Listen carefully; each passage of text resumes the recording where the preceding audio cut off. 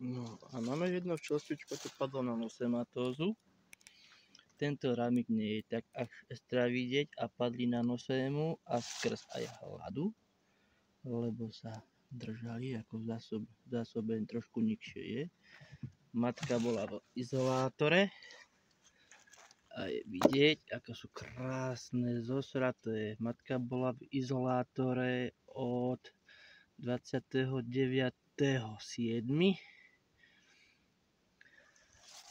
A proste takto vám krásne vypadnú včelky na nosematózu. Všetko vypapali, ako pri matke sa držali, takže toto všetko pôjde na vytopenie. Zásobné plásty ďalej, vidieť, že tam mali zásoby. Aj tu na tento krajný môžem ukázať dvory. Ešte nejaké zásoby perga, čo si tam bolo. Čo s takýmto včelstvom? Nechce sa mi vytápať, nechce sa mi to sťahovať, takže zavrieme výletové očka, zavrieme letáč a krásne ma počkajú dojári, keď budem mať čas.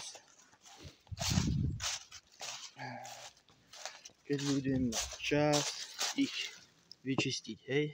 Ide o to, aby si tú nosematózu nepreniesli aj druhé včielky k sebe.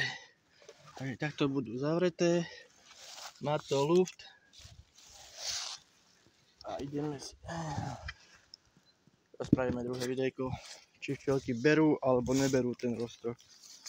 Takže toto jedno vypadlo. Zatiaľ ostatné sa držia. Jakž takž uvidíme.